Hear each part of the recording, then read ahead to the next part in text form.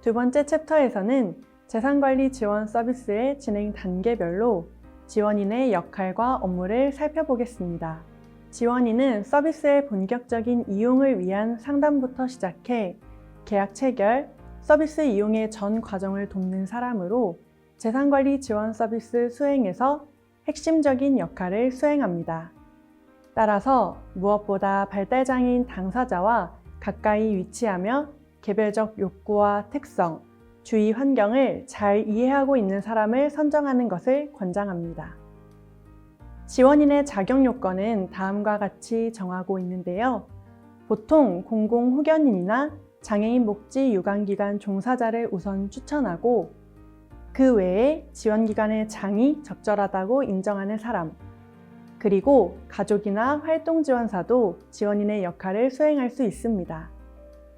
따라서 지원인에 대해서는 엄격한 자격 기준을 두기보다는 발달장애인 당사자에 대한 이해도가 높고 일상적 수준에서 금전관리를 적절히 지원할 수 있으면서 당사자가 지원받기를 희망하는 사람으로 선임하는 것이 중요합니다. 지원인은 재산관리 지원 서비스 내에서 크게 4가지의 역할을 수행하게 됩니다. 첫째, 당사자와 관련된 정보를 제공하는 것. 둘째, 국민연금공단에서 지급한 돈을 잘 사용할 수 있도록 지원하는 것. 셋째, 지급한 돈을 사용한 내역에 대해 정산보고하는 것. 넷째, 기타 서비스 이용 과정 중에 당사자 또는 주변 상황에 대한 특이사항을 공유하는 것입니다. 지금부터는 서비스 단계별로 지원인이 작성해야 할 서류와 참고사항을 함께 살펴보도록 하겠습니다. 먼저 서비스 신청 단계입니다. 재산관리 지원 서비스를 이용하기 위해서는 발달장애인 당사자 또는 부모 등 보호자가 지원기관에 직접 신청해야 합니다. 이때 필요한 서류는 재산관리 지원 서비스 신청서와 개인정보 동의서인데요. 서비스 신청서에는 발달장애인의 인적사항과 신청인의 성명을 기재하는 공간이 있습니다. 그리고 희망하는 상담 일정과 서비스 이용의 목적, 당사자의 언어 표현 및 의사소통 이해 능력에 대한 체크란이 있습니다. 하단의 담당자 작성 및 의견으로 되어 있는 부분은 별도로 작성하지 않고 신청서를 개인정보 수집, 이용, 제공 동의서와 함께 지원기관에 제출하시면 됩니다. 서비스 신청서가 접수되면 지원인은 신청인에게 유선으로 서비스 가입 목적과 당사자의 언어 표현 및 의사소통 수준, 지원인 확보 여부를 1차적으로 확인합니다. 이를 통해 서비스 적합 여부가 판정되면 희망하는 상담 일정에 맞춰 지원기관 담당자가 직접 방문해 초기 면담을 진행합니다.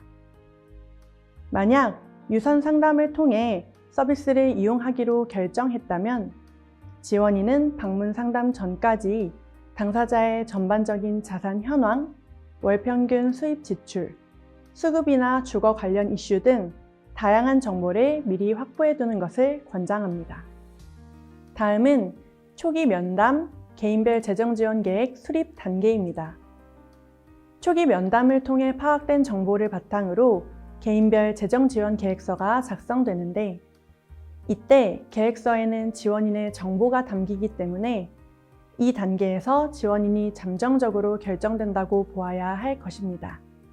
상담 과정에서 지원인은 당사자와 함께 동석해 의사소통을 지원하고 필요한 정보를 지원기관 담당자에게 제공하는 핵심 역할을 수행합니다. 초기 면담 이후 지원기관 담당자는 수립한 개인별 재정지원 계획을 지원인과 당사자에게 공유하고 작성된 내용에 대해 사전 검토를 요청합니다. 이때 지원인은 다음과 같이 계획서의 주요 내용이 맞게 기재되었는지 확인하면서 금전의 배분 일정 등 당사자가 꼭 알아야 할 사항을 다시 한번 안내해야 합니다. 당사자와 지원인이 확인한 개인별 재정지원 계획서는 수탁기관인 국민연금공단에서 적합성을 최종적으로 검토하고 있습니다. 개인별 재정 지원 계획서에 대한 적합성 검토가 끝나면 계약을 체결하는 단계로 넘어갑니다. 계약은 수익자, 위탁자, 지원인이 모두 동석해야 하기 때문에 참석 가능한 일정을 조율해서 진행하는데요. 계약 시에는 당사자의 인적사항 확인을 위한 신분증, 신탁 재산의 지급을 희망하는 통장 사본, 위탁자의 도장을 준비하시면 됩니다. 계약할 때 작성하는 서류는 총 5가지입니다. 먼저 계약서는 화면에 제시된 흰색 배경의 일반 계약서와 당사자의 이해를 돕기 위한 초록색의 쉬운 계약서가 있는데요. 이 2가지 계약서를 각각 한 부씩 작성해 공단과 당사자가 나눠 갖습니다. 이때 계약서는 위탁자가 서명하기 때문에 만약 발달장애인이 본인의 재산을 맡기는 자익신탁이라면 당사자가 서명을 하고 발달장애인의 부모가 자녀를 위해 재산을 맡긴다면 타익신탁으로 부모님의 서명이 들어간다고 이해하시면 됩니다. 또한 검토가 완료된 개인별 재정지원 계획서에는 수익자, 위탁자, 지원인 모두의 서명이 필요합니다. 지원인 신청서부터는 서류를 하나하나 살펴보며 작성 방법을 상세히 알려드리겠습니다. 지원인은 계약할 때 지원인 신청서를 별도로 작성하고 있는데 서비스를 처음 이용할 경우는 신청 구분에서 신규, 서비스 이용 중 지원인이 변경된 경우는 변경에 체크하고 지원인의 성명, 연락처, 이메일, 소속 또는 당사자와의 관계를 적습니다. 예를 들어 사회복지사라면 기관의 명칭과 더불어 괄호 안에 직책을 기재하고 가족이라면 발달장애인 당사자와의 관계를 기재하시면 됩니다.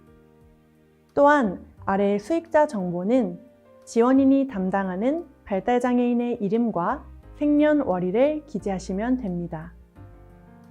지원인을 변경할 때도 해당 서류를 사용하기 때문에 변경 사유를 작성하는 공간이 있는데 신규 신청인 경우는 이 부분을 공란으로 두시고 지원인을 변경할 때 자세한 내용을 기재해 주시면 됩니다. 예비 지원인은 현재 지원인이 향후의 역할을 수행하지 못할 때 이어서 활동 가능한 지원인이 있는지 확인하는 것이 목적이므로 예비 지원인이 있는 경우에만 해당되는 분의 인적사항을 기재합니다. 이때 예비 지원인은 별도로 서명이 필요하지 않으며 작성 날짜와 지원인, 당사자의 서명을 기재하시면 됩니다. 마지막으로 하단에는 본 신청서의 작성 방법과 지원인의 보고 의무, 수익자와 지원인의 관계가 기재되어 있으며 지원인을 맡게 될 경우 신탁재산 교부금 관리에 대한 위임 계약이 체결된 것으로 본다는 점도 참고하시면 되겠습니다. 현재 재산관리 지원 서비스는 당사자의 신탁재산 관리 현황을 분기별로 발송하고 있습니다. 따라서 지원인이 발달장애인의 재정관리를 지원하는 과정에서 신탁재산 입출금액과 잔액을 확인하기 위해서는 당사자로부터 개인정보 수집, 이용 및 제3자 제공 동의서가 필요합니다. 이에 관련 내용을 당사자에게도 안내하여 각 동의란에 체크하고 작성일과 서명을 기재하고 있습니다. 이제 계약 시 작성하는 마지막 서류입니다. 거래처 등록 내역서는 당사자의 계좌를 공단 전산에 등록하기 위해 꼭 필요한 서류입니다. 먼저 발달장애인 당사자는 개인 사업자가 아니기 때문에 1번 개인 거래처 공간에 주민번호를 제외한 인적사항을 기재합니다. 신탁된 돈을 지급받을 계좌는 3번 계좌 정보란에 작성하시면 되는데 만약 당사자가 생활비나 용돈, 공과금을 각기 다른 계좌에 받기 원한다면 해당 서류에 필요한 계좌의 내용을 추가할 수 있습니다. 담당자 서명란은 계좌를 공단에 등록하는 담당자가 서명하는 곳이므로 공란으로 두시면 됩니다. 아래에는 당사자의 인적 사항과 계좌 정보를 수집하는 것에 대한 동의란이므로 동의함에 체크하시고 요청하는 날짜와 당사자의 서명을 날인하시면 됩니다. 거래처 등록 내역서는 통상 계약할 때 함께 작성하지만 서비스 이용 중에 추가로 계좌 개설이 필요한 경우도 있습니다. 이때는 등록할 계좌의 통장 사본, 계좌 정보와 개인정보 제공 동의에 관련된 의사를 확인하는 것이 필요하니 당사자와 지원인은 공단 담당자의 확인 요청 시 협조해 주시기 바랍니다. 계약서와 필요한 서류를 작성하면 계약 체결이 마무리되고 서비스를 이용하는 단계로 넘어갑니다. 서비스 이용은 크게 신탁 재산의 입금과 배분으로 구분할 수 있는데요. 계약 체결 후 위탁자가 공단에 돈을 입금해야 서비스가 본격적으로 개시된다고 볼 수 있습니다. 공단 입금 계좌는 일반 계약서 별지 1에 기재되어 있고 각 당사자별로 개설된 계좌가 아닌 단일 계좌로 운영하고 있어 당사자의 이름으로 입금해 주셔야 구분이 가능하니 반드시 당사자 명의로 입금해 주시기 바랍니다. 또한 지원기관 담당자를 통해 입금 진행 상황을 공유해 주시면 좀 더 명확하게 처리할 수 있습니다. 통상 개인별 재정 지원 계획에 따라 정해진 날짜에 정해진 금액을 공단 계좌에 입금해야 하지만 예기치 못한 상황으로 입금이 늦어지거나 입금액이 변경될 때는 지원기관 담당자에게 미리 안내하시면 됩니다. 덧붙여 서비스 이용 기간 동안 계획된 내용이 아니더라도 자녀 재산이 발생할 때 수시 입금도 가능합니다. 공단에 돈이 입금될 때마다 공단의 담당자가 지원기관 담당자에게 안내하므로 혹시 별도로 입금 확인이 필요하실 때는 지원기관 담당자에게 내용을 문의하시면 됩니다. 이처럼 신탁 재산이 입금되면 개인별 재정 지원 계획에 따라 돈을 배분하고 있습니다. 배분은 정해진 날짜에 맞춰 반복적으로 지급하는 정기 배분과 필요한 경우 비정기적으로 지급하는 비정기 배분 두 가지로 구분되어 있는데요. 정기 배분은 개인별 재정 지원 계획에 근거해 정해진 금액을 정해진 날짜에 배분하는 것입니다. 하나의 예시를 살펴보면 당사자가 월 100만 원을 신탁하고 월세, 프로그램 참여비, 관리비, 생활비 등 필요한 금액을 원하는 날짜에 요청한 계좌로 지급받는 것을 확인할 수 있습니다. 또한 각 항목을 합치면 월 95만 원의 지출 후 5만 원의 잔액이 발생하는데요. 이 잔액은 별도로 사용하지 않고 공단 계좌에 계속 누적해서 필요한 목적 자금을 형성할 수 있다는 점도 참고하시기 바랍니다. 신탁 재산의 지급은 월, 주, 일 단위로 유연하게 최대 주 3회까지 지급 가능하고 지급일이 주말이나 공휴일에 해당하면 하루 전에 지급하고 있습니다. 또한 1인당 등록할 수 있는 계좌 수에 제한이 없기 때문에 여러 개의 계좌를 등록해서 목적에 따라 활용할 수 있다는 장점이 있습니다. 앞서 설명드린 것처럼 규칙적인 배분으로 당사자의 안정적인 금전 관리를 지원하는 것도 중요하지만 긴급한 지출이 필요할 때는 계획이 수립되어 있지 않더라도 필요한 금액을 비정기적 성격으로 배분할 수 있습니다. 재산관리 지원 서비스에서 이를 비정기 배분이라고 지칭하는데요. 다만 당사자의 신탁 재산을 인출하기 위한 별도의 절차, 증빙자료 등을 검토하는 데 시간이 필요하기 때문에 비정기 배분은 지급 희망일 3일 전에 신청하시는 것을 권장합니다. 특히 금액이 300만 원 이상으로 클 경우는 필요한 증빙 자료가 필수이며 일상적인 비정기 배분보다 더 시간적 여유를 두고 신청해 주시기 바랍니다. 또한 300만 원 미만의 비정기 배분이더라도 필요에 따라서 증빙 자료를 요청할 수 있다는 것도 참고하시기 바랍니다. 간혹 신청 당일에 곧바로 배분을 희망하는 경우가 있으나 업무 처리 과정상 당일 신청과 당일 지급은 어렵다는 점을 미리 안내드립니다. 하지만 지원기관, 지원인과 적극적으로 소통하며 가능하면 최대한 필요한 날짜에 맞춰 지급하여 발달장애인 당사자의 불편을 해소하고자 노력하고 있습니다. 비정기 교부 요청서 양식은 지원기관 홈페이지에 게시되어 있고 필요할 경우 지원기관 담당자에게 요청하셔도 됩니다. 구체적으로 작성 방법을 살펴보겠습니다. 먼저 수익자인 발달장애인 당사자의 성명, 연락처, 생년월일과 성별을 기재하고 지원인의 인적사항과 당사자에게 배정된 지원기관 담당자의 인적사항을 기재하셔야 합니다.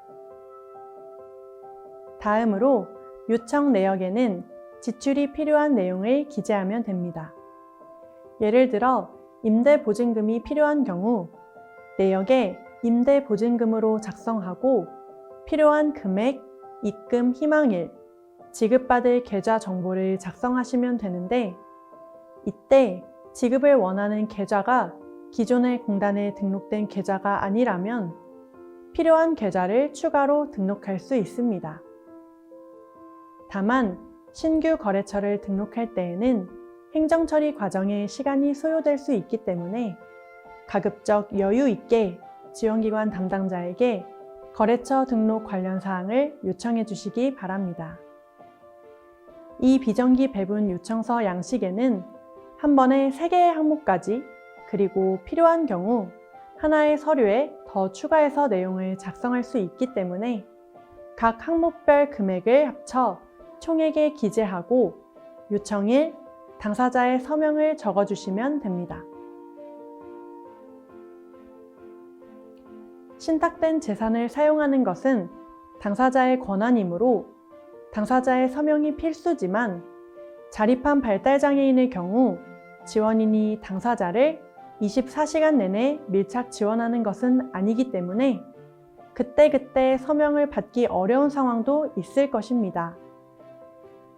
이런 경우에는 지원인이 당사자에게 내용을 재확인하고 통화 일시와 지원인의 서명을 기재하여 수익자 서명을 가름할 수 있게 처리하고 있습니다.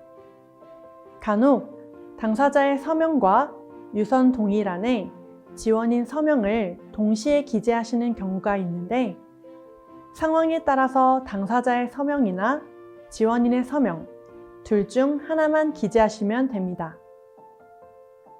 마지막으로 적합 여부 그리고 검토 내용은 사안에 따라 지원기관 담당자가 신청한 내용과 증빙 서류를 종합적으로 검토해서 비정기 배분의 적정성을 기재하는 공간이므로 이 부분은 공란으로 두고 지원기관 담당자에게 제출하면 비정기 배분 요청의 단계가 마무리된다고 볼 수 있습니다.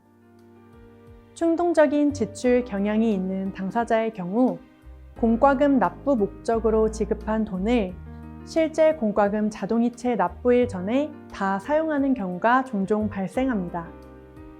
이를 예방하기 위해 재산관리 지원 서비스는 타인 명의 계좌 입금이 가능한데요.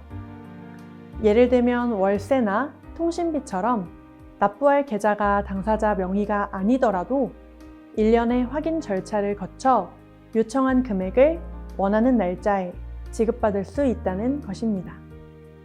즉, 당사자의 성명, 납부 금액, 입금 계좌가 명확한 증빙 자료를 통해 당사자에게 필요한 계좌임을 확인하고 요청한 금액을 해당 계좌에 직접 지급하여 발달장애인 당사자의 무분별한 지출을 예방하면서 지원인의 편의를 확보하고 있습니다. 그러나 타인 명의 계좌도 전산에 등록해야 하기 때문에 해당 계좌의 거래처 등록 내역서를 작성해야 하고, 계좌가 등록되면 그 다음부터는 금액과 계좌 정보가 기재된 증빙자료를 제출해서 요청한 날짜에 필요한 금액을 지급받을 수 있다는 점도 참고하시기 바랍니다. 공단에서 당사자에게 지급한 돈은 가능하면 당사자가 스스로 사용할 수 있게 지원하는 것이 중요합니다. 즉, 독립적으로 금전 관리가 가능한 당사자라면 지원인이 금전 관리를 대체하기보다 좀 더 합리적이고 균형 있게 금전을 관리할 수 있도록 보조적인 지원이 필요하다는 의미입니다.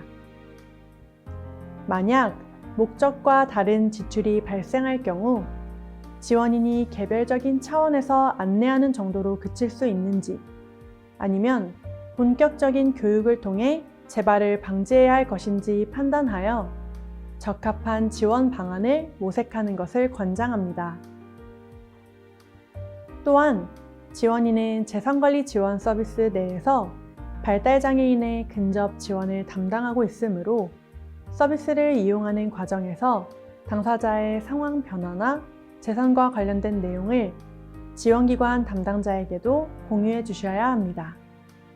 공단이 지급한 돈에 대한 정산보고는 지원인의 핵심 역할이라고 볼 수 있습니다. 이는 공단에서 지급한 돈을 언제, 어디에, 얼마나 사용했는지 그 내역을 기록해 제출하는 것인데요. 공단에서 배분하는 돈은 크게 공과금과 생활비로 구분되고, 개인별 재정 지원 계획을 수립할 때 증빙자료 제출 범위를 선택할 수 있습니다. 다만 당사자의 안정적인 생활 유지를 위해 공과금의 증빙은 필수이고 생활비는 선택 사항이라는 점을 참고하시기 바랍니다. 증빙 자료는 계좌 이체 내역 외에도 영수증, 출금 문자 내역, 날짜와 항목, 금액이 제시된 다양한 증빙 자료를 취급하며, 이러한 증빙 자료는 정산보고가 해당되는 월에 2일, 5일에서 10일 전까지 지원기관에 제출하셔야 합니다. 이때 일상적인 재산관리 지원 시 제시된 금전 출납부처럼 다양한 양식을 활용해서 발달장애인 당사자의 수입과 지출을 함께 기록하면 더 명확한 정산보고가 이루어질 수 있기 때문에 해당 방식을 활용하시는 것을 권장합니다. 모니터링은 지원기관에서 당사자와 지원인을 대상으로 실시하고 있습니다. 모니터링은 재산관리 지원 서비스의 기본 목적 달성을 위해 각 기관이 규정된 역할과 책임을 다하고 있는지 점검하는 것인데요. 안심 보관 대상자의 경우 계약일로부터 6개월 단위로 모니터링을 실시하고, 사용 지원 대상자는 월별 정산 보고를 할 때 좀 더 간소화된 내용으로 모니터링을 겸행하고 있습니다. 모니터링은 현재 수립된 계획이 당사자의 수입과 지출에 대비해 적정한지, 새로운 욕구는 없는지, 서비스 만족도나 개선사항 등을 종합적으로 살펴보고 있으며, 지원기관의 모니터링 내용은 공단에서도 지속 검토하여 필요한 경우 추가적으로 내용 확인을 요청하고 있습니다. 앞서 개인정보 제3자 제공동의서 작성법을 안내할 때 잠시 언급했지만, 현재 신탁재산 현황은 분기별로 종합해 2월 10일 이내에 지원인의 메일로 발송하고 있습니다. 예를 들면 6월까지의 신탁재산 현황은 다음 달인 7월 10일 이내까지 안내하고 있는데요. 단, 인터넷 사용이 원활하지 않은 지원인은 공단에 별도로 요청하면 우편으로도 발송해 드리니 이 점 참고하시기 바랍니다. 공단이 보유한 당사자의 신탁재산에는 분기별로 이자가 지급되며, 제공하는 신탁재산 현황에 원금과 이자가 함께 기재되어 있습니다. 덧붙여 신탁재산 운용과 관련해 문의하시는 경우가 종종 있는데, 재산관리 지원 서비스에서는 당사자의 신탁 재산을 활용한 별도의 수익 창출 없이 보유한 신탁 재산 원금의 예금 이자만 발생한다고 보시면 됩니다. 지금까지 발달장애인 재산관리 지원 서비스에서 지원인의 역할과 업무에 대한 전반적인 내용을 안내해드렸습니다. 다음 챕터에서는 마지막으로 실제 사례와 자주 묻는 질문을 다루도록 하겠습니다.